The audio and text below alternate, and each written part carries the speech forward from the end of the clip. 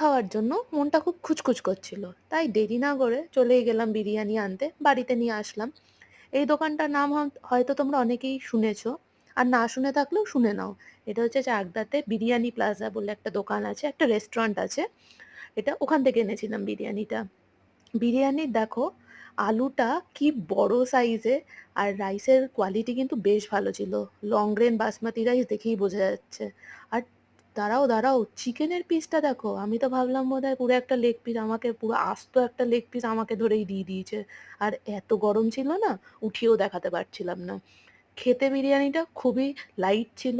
আমার তো বেশ ভালো লেগেছে। এর সাথে নিয়েছিলাম চিকেন চাপ। চিকেন চাপেরও চিকেনটা বেশ বড় ছিল আর গ্রেভিটা তো জাস্ট এখনো মুখে লেগে আছে। আর এর সাথে ছিল স্যালাড আর গ্রিন চাটনি।